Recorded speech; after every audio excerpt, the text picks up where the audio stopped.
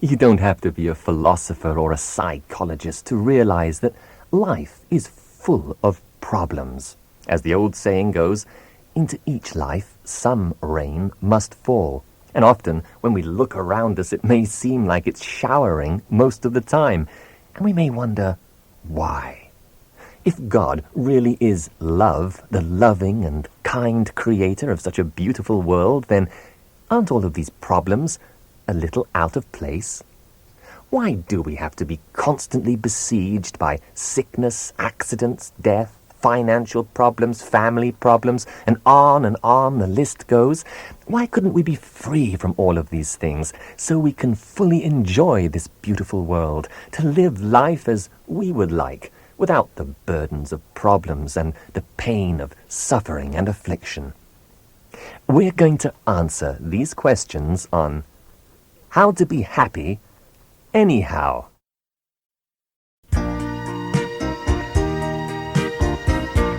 Don't be afraid of tears when they fall like drops of rain. Though your sky seems dark and drear, the sun will shine for you again. Don't be afraid of tears. They cleanse your eyes and help you see all our sorrows through the years. Make us what we ought to be.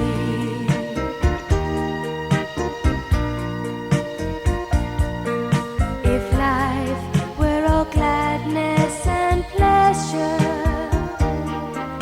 and only the things we adore, we'd never learn to treasure the things that mean so much more. Don't be afraid of tears when they fall like drops of rain. Though your sky seems dark and drear,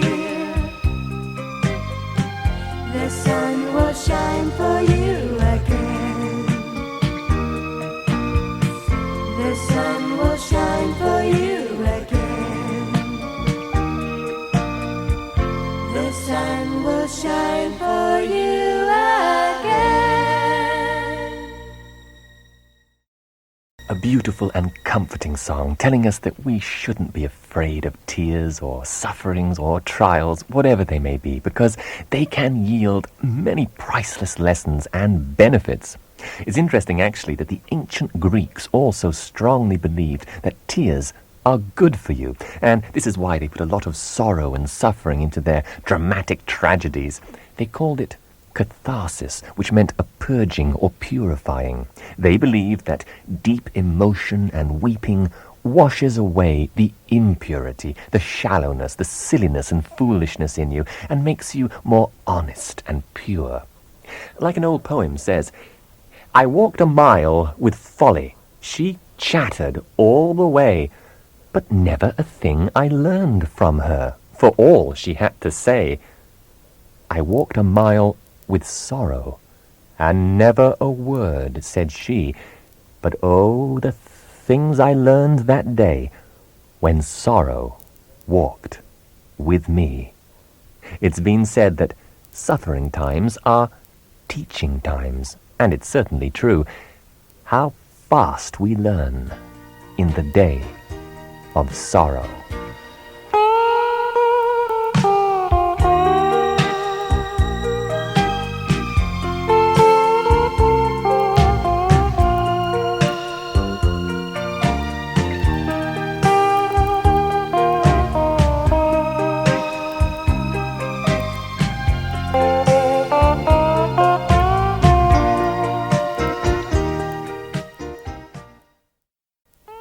The darkest hour has only 60 minutes is a very comforting thought to remember when you find yourself in the midst of troublesome times.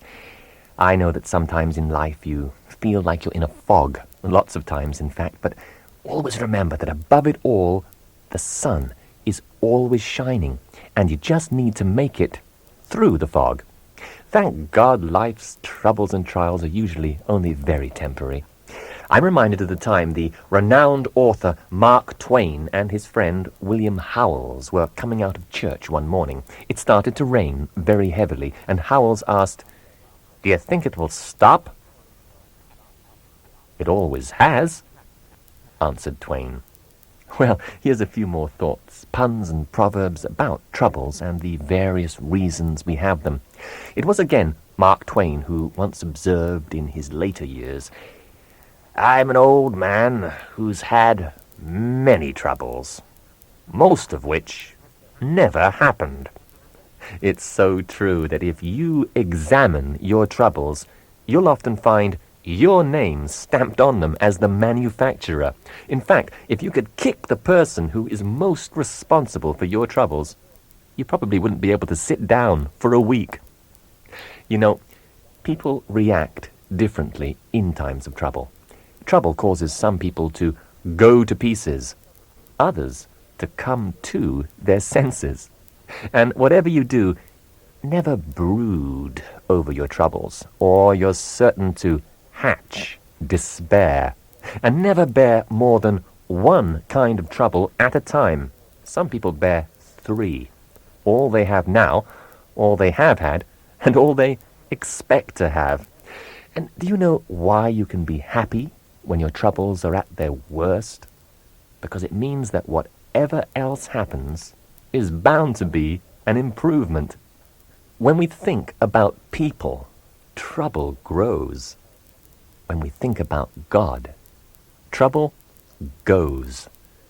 Days of trouble should be days of prayer. When problems get people praying, they do more good than harm. And here is one of the key thoughts that we're going to amplify on throughout this tape, that as a diamond cannot be polished without friction, so man cannot be perfected without troubles. Troubles are the tools by which God fashions us for better things.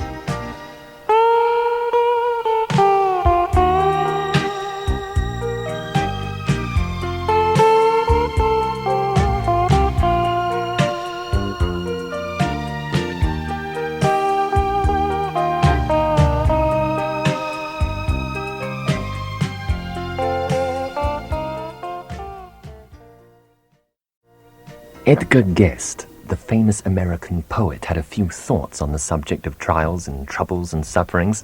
He brought out that not only would life be unchallenging, boring, and monotonous without them, but also we could never appreciate the beauty, the real beauty of life, if it had no pain or sorrow.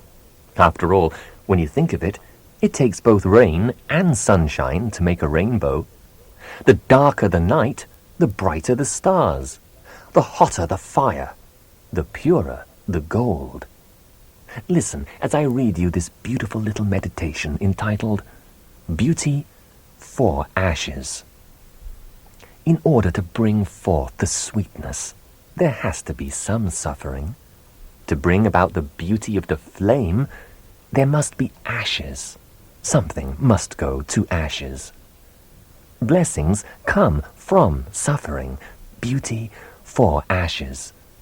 Like a giant hand taking the honeycomb and squeezing it, and out comes the honey. Like a beautiful flower pressed and crushed, and out comes the perfume. Like the beautiful music that comes from the throat of the bird, almost as though in pain, yet it comes forth with song. Even though the bird's song is sad, it's so sweet. As a great English poet once wrote, "Our sweetest songs are those that tell of saddest thoughts." Lord, help us not to fight thy crushing, thy bruising, thy smiting. Help us not to quench that beautiful song, even if it's sad, to thank thee in spite of the sorrow. Help us to be willing to be smitten and crushed, to be squeezed, to be bruised, to be in agony, that we may give forth thy sweetness, thy fragrance, thy song, thy beauty. Out of what seems like defeat come some of thy greatest victories. You could never appreciate health unless you've been sick. You'll never appreciate joy until you've known sorrow. You can't appreciate God's mercy until you've known the devil's justice. Some of the most precious lessons we learn from the Lord come out of deep, dark experiences. But then, like an old song says, He gives me joy in place of sorrow. He gives me love that casts out fears. He gives me sunshine for my shadow, and beauty for ashes, dear.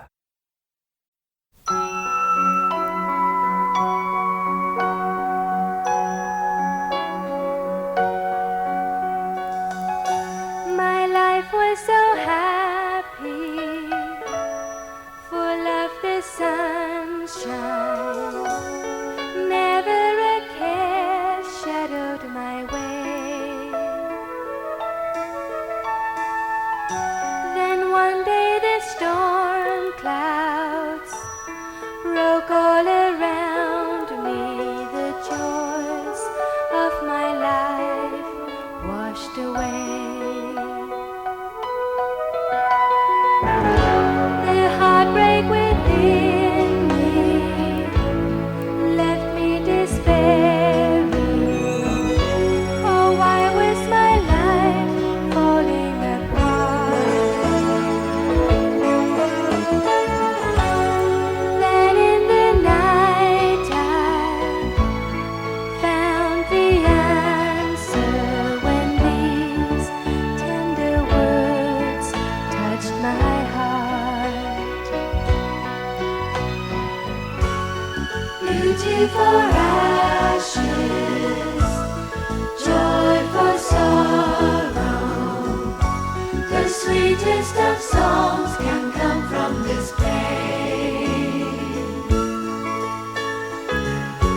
The darkest of clouds holds a silver lining that will bring you new hope again.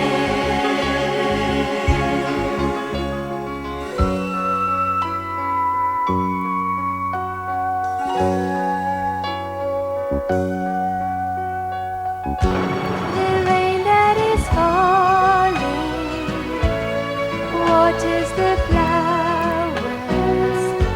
The darker the night, the clearer the stars. Out of the ashes, lilies will grow. The hotter the fire, the purer the gold. Beauty for ashes, joy for sorrow.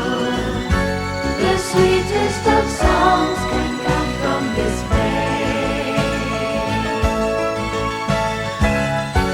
The darkest of clouds holds a silver lining that will bring you new hope again. That will bring you new hope again.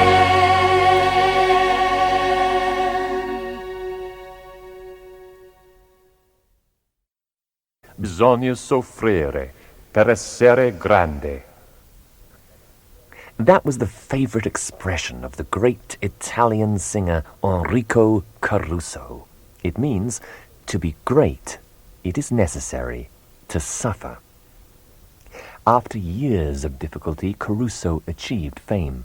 But the man communicated more than beautiful music through his voice. A music critic once observed, "His is a voice that loves you, and not only a voice, a sympathetic man. Tribulation does that for a person who accepts life's difficulties in the proper spirit. Sufferings are designed to make us better, not bitter. God brings men into deep waters not to drown them, but to cleanse them. Everybody has tests and temptations and trials and tribulations, but it's how you handle them that makes the difference. For example, the English poets Lord Byron and Sir Walter Scott were both cripples. Byron was very bitter about his lameness and always moody and self-conscious about it in public. Scott, on the other hand, was never heard to complain or speak one bitter word about his handicap, not even to his dearest friend. It's not surprising, then, that Scott once received a letter from Byron in which he said, "Ah, Scott, I would give all my fame to have your happiness." Charles Eliot, one of the greatest presidents of Harvard College, felt terribly bitter as a boy about the serious facial disfigurement with which he was born, until one day his mother gave him this advice which changed his life. She told him, "My son, we have consulted the best surgeons, and they say that it is not possible for you to get rid of this handicap. But it is possible, with God's help, to grow a mind and a soul so big that people will forget to look at your face." And he did. And who hasn't heard of Helen Keller?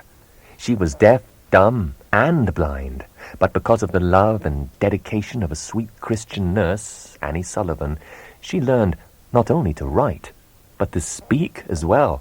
She became a world-famous poet, writer, and public speaker, and has been a tremendous encouragement to millions of deaf, dumb, and blind people throughout the world. Her example has given them hope that they don't have to get discouraged and give up and be useless just because they have such severe handicaps. She once said, "I thank God for my handicaps, for through them I have found myself, my work, and my God." God's ways are sometimes mysterious, and we don't always understand the reason behind everything he does, but one thing we can be sure of is that the Lord always has a reason and a purpose, and if for some reason he doesn't deliver us from some handicap or affliction, it is because he knows that for some reason or other it is good for us to have them. It's true that God's love does not always keep us from suffering and trials, but it is a love that always keeps us through sufferings and trials. And let's never forget that the trials and storms of life no more indicate the absence of God than clouds indicate the absence of the sun.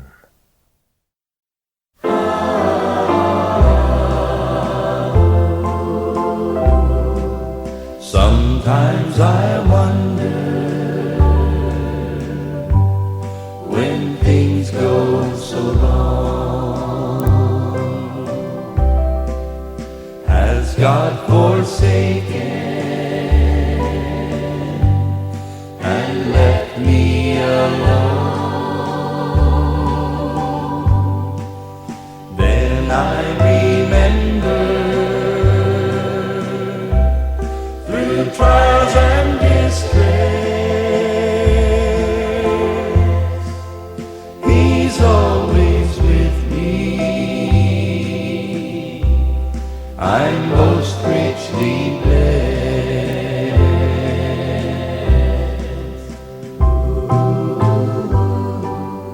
I ask God for strength that I might achieve. I was made weak that I might learn humbly to obey. I asked for health that I might do greater things. I was given infirmity that I might do better things. I asked for riches that I might be happy. I was given poverty that I might be wise. I asked for power that I might have the praise of men. I was given weakness that I might feel the need of God. I asked for all things that I might enjoy life. I was given life that I might enjoy all things. I got nothing that I asked for, but everything that I had hoped for. And almost despite myself, my unspoken prayers were answered. I am among all men most richly blessed. He's always with me. I'm most richly blessed.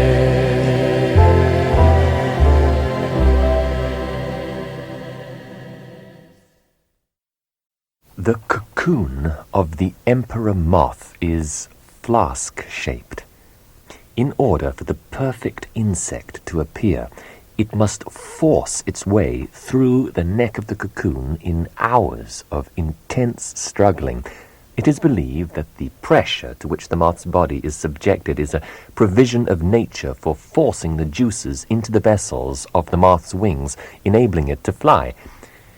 A person was once witnessing this struggle and, out of pity, took some scissors and snipped the confining threads of the cocoon to make the moth's exit easier. But the moth's wings never developed, and it spent its brief span of life crawling around on the ground instead of flying through the air on rainbow wings. So, look not with false pity on God's children who suffer. As men, we're inclined to be short-sighted. Rather, look for the good that will come out of it. For if we did not have to sometimes struggle against the hardships and adversities of life, our personalities would never develop to their fullest. People thrive on troubles. Ease and comfort and applause only leave them barren. Trials bring out the best in us. Ease doesn't. It's like the ancient account of a Greek soldier who had a painful disease that was likely at any time to kill him. So, because he expected to die at any moment, he became completely fearless in battle. He had nothing to lose. His general, Antigonus, so admired his bravery that he had him cured of his disease by the best physicians. But from then on, the once valiant soldier was no longer seen at the front. He avoided danger and tried his best to protect his life instead of risking it. His affliction had made him fight well, but health and comfort destroyed his usefulness as a soldier. How true it is that the average man can stand adversity better than prosperity, and the calm which puts us to sleep may be more fatal than the storm which keeps us awake.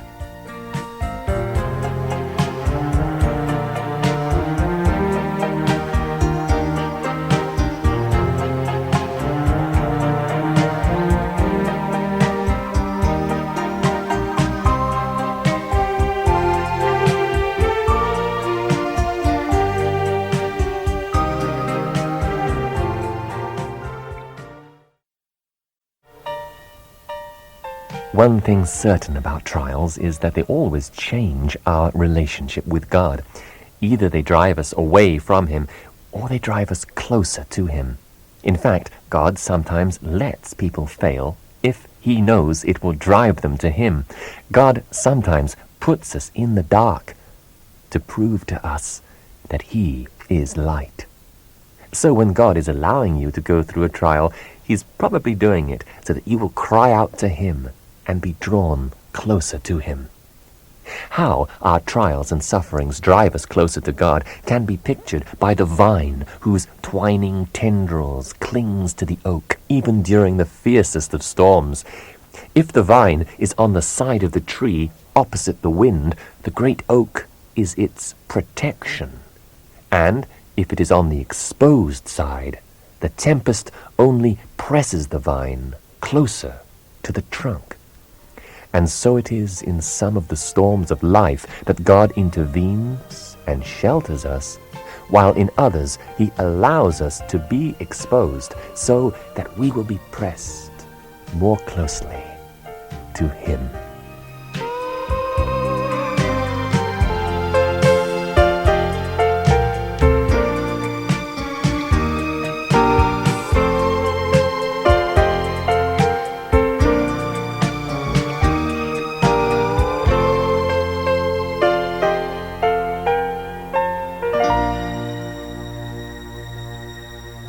Sometimes I'm sad, I know not why.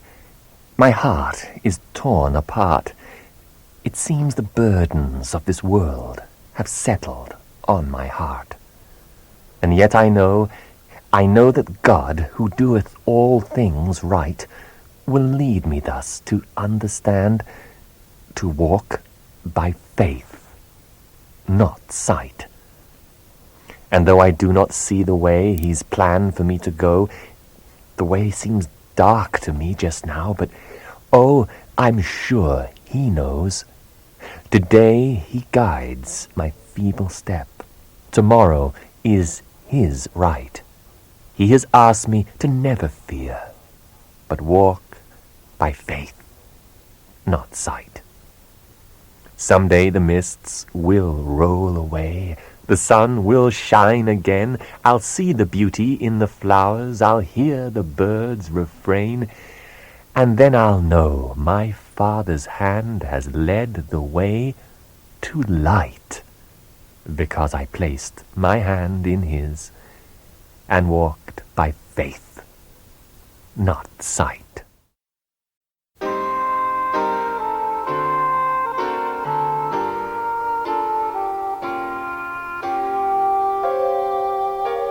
If we could see beyond today as God can see, if all the clouds should roll away, the shadows flee, o'er present griefs we would not fret, each sorrow we would soon forget, for many joys are waiting yet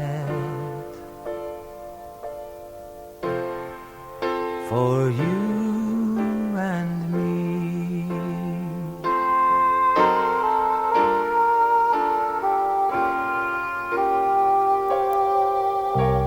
If we could know beyond today as God doth know, why dearest treasures pass away and tears must flow, and why the darkness leads to light, why dreary days will soon grow bright, someday life's wrongs will be made right. Faith tells us so.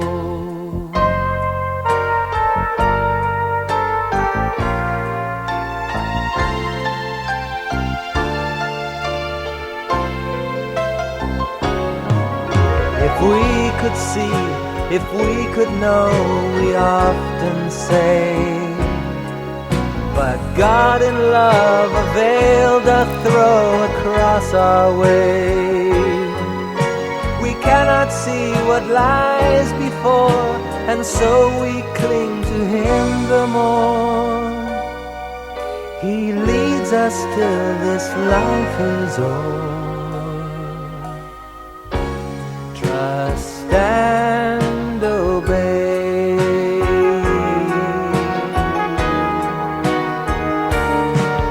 He leads us till this life is over.